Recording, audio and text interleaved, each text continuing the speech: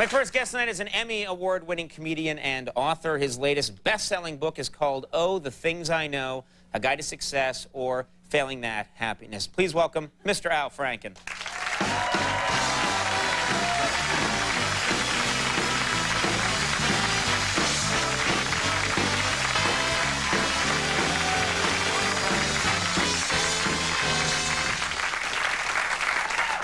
Al, I've known you a long time. You're a very intelligent man. And thank you. Yes, thank you. And I'm very pretty. There's a lot that's going on in the world right now that's very complicated that I have trouble understanding. For example, a lot of people are talking about the breakdown of communication between the FBI and the CIA. Yeah. And the papers are trying to explain it. I don't understand it. I guess there's some kind of bureaucratic problem. Well, even within, like, the FBI, a couple weeks ago, they had all this testimony in the Senate, Mueller, the head of the FBI. And one of the shocking things was how primitive the computer system is in the FBI. They cannot do two-word searches. So they can search for aviation, and they can search for schools, but they can't do aviation schools. And you're being serious. That's true. Yeah, they can't, like, if normally you do a Google search, you can do that, but they can't do it. The FBI, and they did this, I guess, so hackers couldn't get information. So, like, if they get Al-Qaeda, they've got to go through all the Al's first. So they get like me, you know, and an agent has to hear every, you know, Weird Al Yankovic song before they can. Or, you know, and it's very demoralizing to work there. If you want to get, like, hot, wet Asian girls, you gotta go through hot, wet. You gotta wade through a lot of information about Asia. And we know there's a lot of information there. Yeah. It's a fascinating culture. Yeah, so it's, yeah, it's tough working there. Yeah. Now, you said this book is doing quite well, and it's the things that you know, and you want to share tonight your inspiration for writing this book? You want to tell us what... Well, actually, it's another author, Anna Quindlen, who wrote a book. I think we have... Yeah. We just happen to have one right there. I have Anna Quindlen's book. This is called A Short Guide to a Happy Life, and my publisher gave it to me. And I read it, and this was the inspiration, because this is how she finishes her book.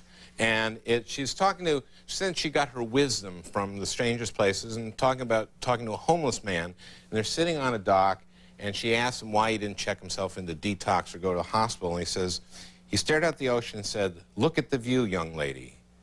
Look at the view." That's all.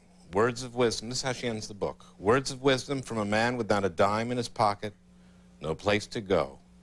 Look at the view. When I do what he said, I am never disappointed. And when I read this, I realized what a brilliant writer she is, because a great writer has to be resourceful, and because what the man said was not, when she asked him, why don't you check yourself in the detox, he didn't say, look at the view, young lady, look at the view. What he said was, eat me. And she knew. She knew that that's not a good... Anna Quindlen knew instinctively that you cannot end a book with words of wisdom from a man with not a dime in his pocket, no place to go, eat me. When I do what he said, I am never disappointed. She knew you couldn't end this way. So, very good. So I put down this insipid treacle and decided to write a sort of an advice book that didn't sugarcoat its advice. I do not, in this book, I will not lie to the reader like a lot of self-help authors will about your potential, such as, oh, the Dalai Lama. Right. I will not do that in my book. You cut to the bone. Yeah. You tell it like it is. You've always been that way.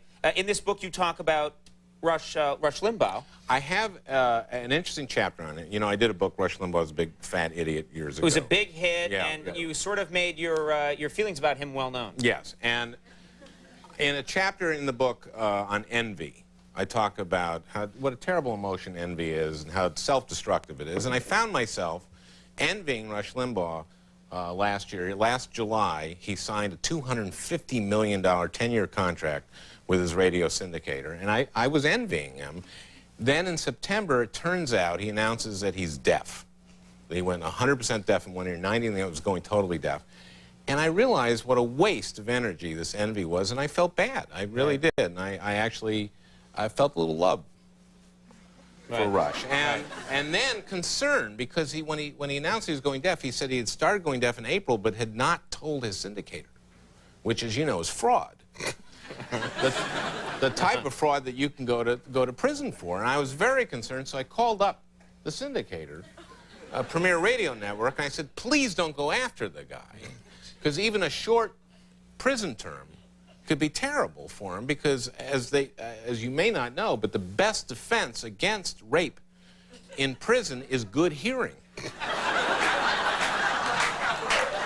I pointed that out. Yeah. And You, so I hope I helped in some way.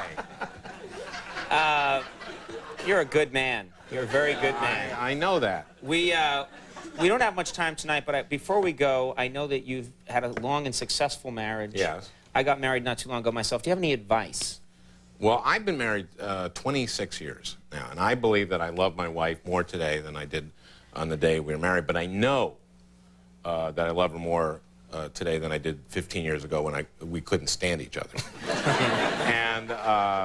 And I cover this. There's a little bump in the middle. Yeah. Yeah. Every marriage goes through a rough period. Anyone who says otherwise is either lying to you, lying to themselves, or is married to someone really fabulous.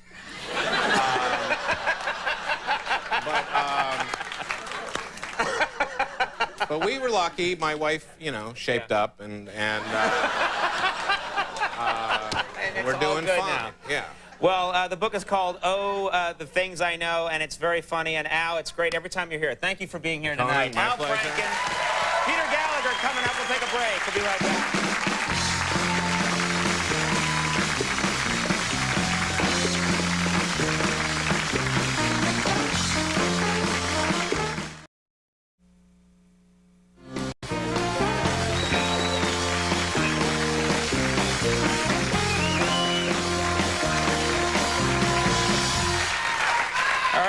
Stay tuned next week. We have great guests coming up next week, including Adam Sandler going to be joining us, Mr. Will Ferrell, Shannon Elizabeth, Allison Janney, Al Roker, The Strokes, much, much more. Those are shows I would watch, and that's telling you something.